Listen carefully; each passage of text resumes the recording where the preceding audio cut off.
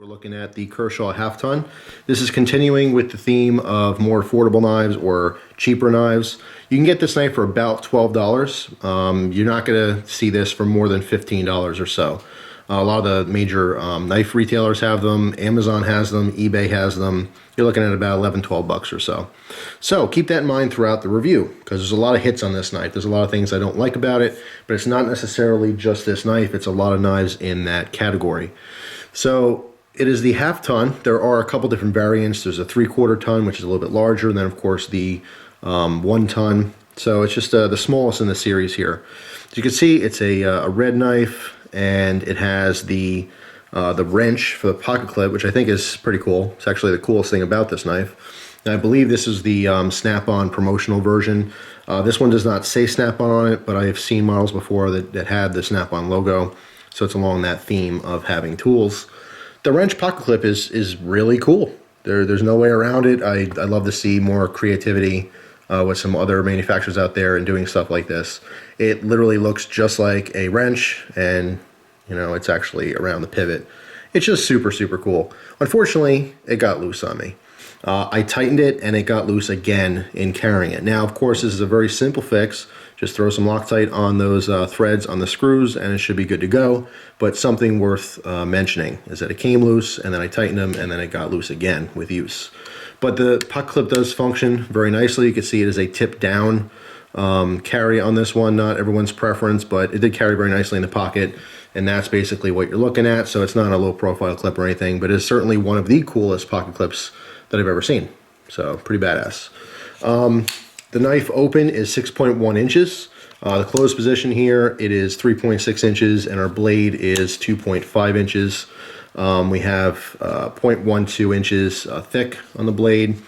It's a hollow ground drop point blade. Something that is very consistent with cheaper knives or more affordable knives from China. That's when this one's manufactured. Now, before I say this, there are a lot of really awesome knives coming out of China, okay, and Taiwan, and you know, countries all around the world where, you know, for the most part, people consider, you know, Chinese knives to be cheap, but the quality control in some of these factories is really, really getting better, significantly better. However, there's still a mass amount of knives out there made in China that are cheap, and they have the same, you know, continuing themes or problems that I see. Now, the first problem, and it's actually a problem, is with the grind.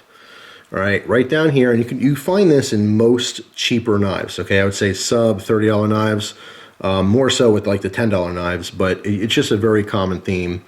You can see you have a decent grind all the way down, and then it's just botched up in here. It's a hot mess.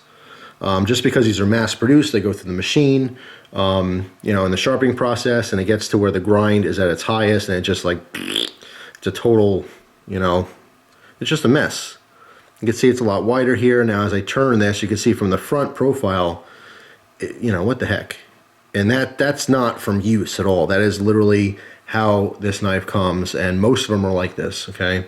I turn it on the other side, and you can see the grind is just totally jacked right there, right above where it says China. Nice and convenient like. But anyway, you know, it's not affecting the performance all that much. It's more of an aesthetic thing. And again, it's attention to detail. This is why some people pay upwards of $100, $200, $500, $700 for a knife, you know, because the higher the price goes, the more attention to detail most of the time. All right, so yeah, it's all jacked up down here. You can see the actual sharpened edge comes to where my fingernail is, right there. Okay, so we have a, I don't know, 1/8 of an inch or something that's wasted because of that.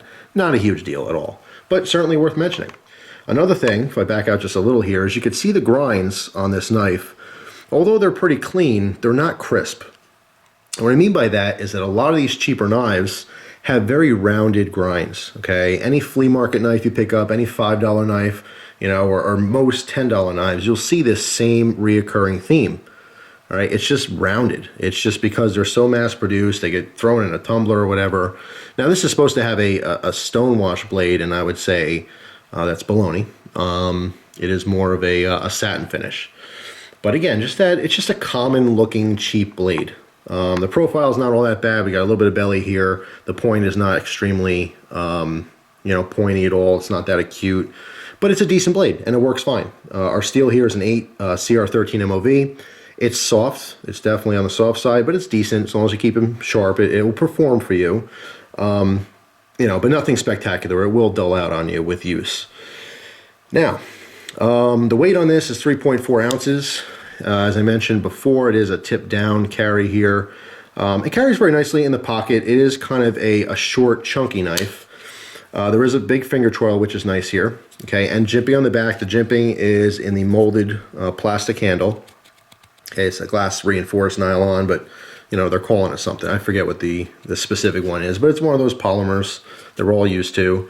The grip is not all that bad. I only get a 3-finger grip on this because of my hand size, but even though it doesn't feel super secure in my hand, between the finger choil and that jimping, at least in this grip, it feels like I have a really good hold on it. Ergonomics are decent.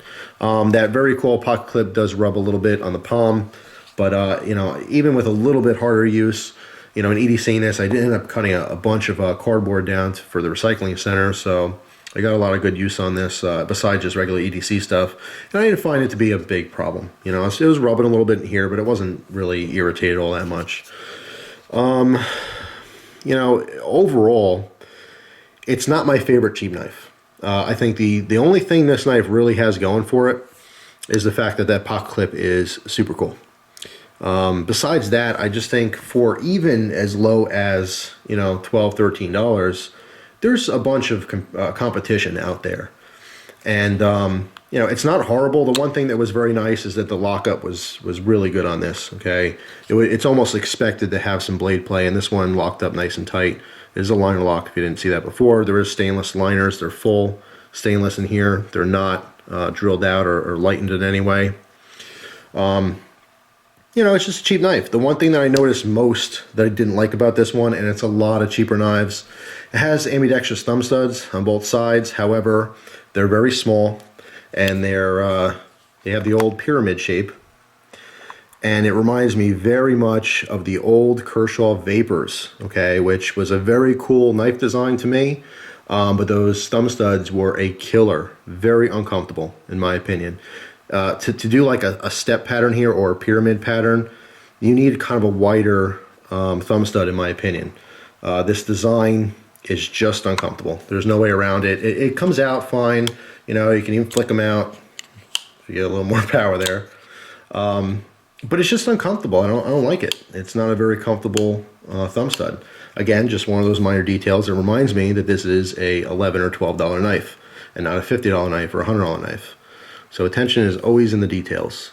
Overall, it's not a bad looking knife, and again, that pocket clip really it helps it along a lot. It's, I think, the one reason why you might pick something like this up as opposed to something else, just because it's a really cool looking pocket clip. But that's, in my opinion, the only thing this has going for it. It's a very popular knife just because it's cheap and it's available a lot of different stores, like brick and mortar stores. Not everyone's comfortable buying knives online. So you see these in the store, so people tend to pick them up and talk about them, and they're popular because of that. But, overall, I'm not a huge fan of it. So unfortunately, it's kind of a negative review. I always see the positive in every knife, but overall, I gotta say, I don't recommend this one. You guys can do better even for the $12 range. If you just want something cool to add to your collection, I don't see what the big deal is about spending 12 bucks on a knife, but I wouldn't have too high expectations as far as using it. This is one of those cheap knives that would be cool in the display case because that pocket clip is just really unique. But besides that, nothing special. So that's all. That's my review on the Kershaw half-ton. I appreciate you guys watching, as always. Post your comments down below if you got any feelings on this knife. If you have one, what are your experiences with it?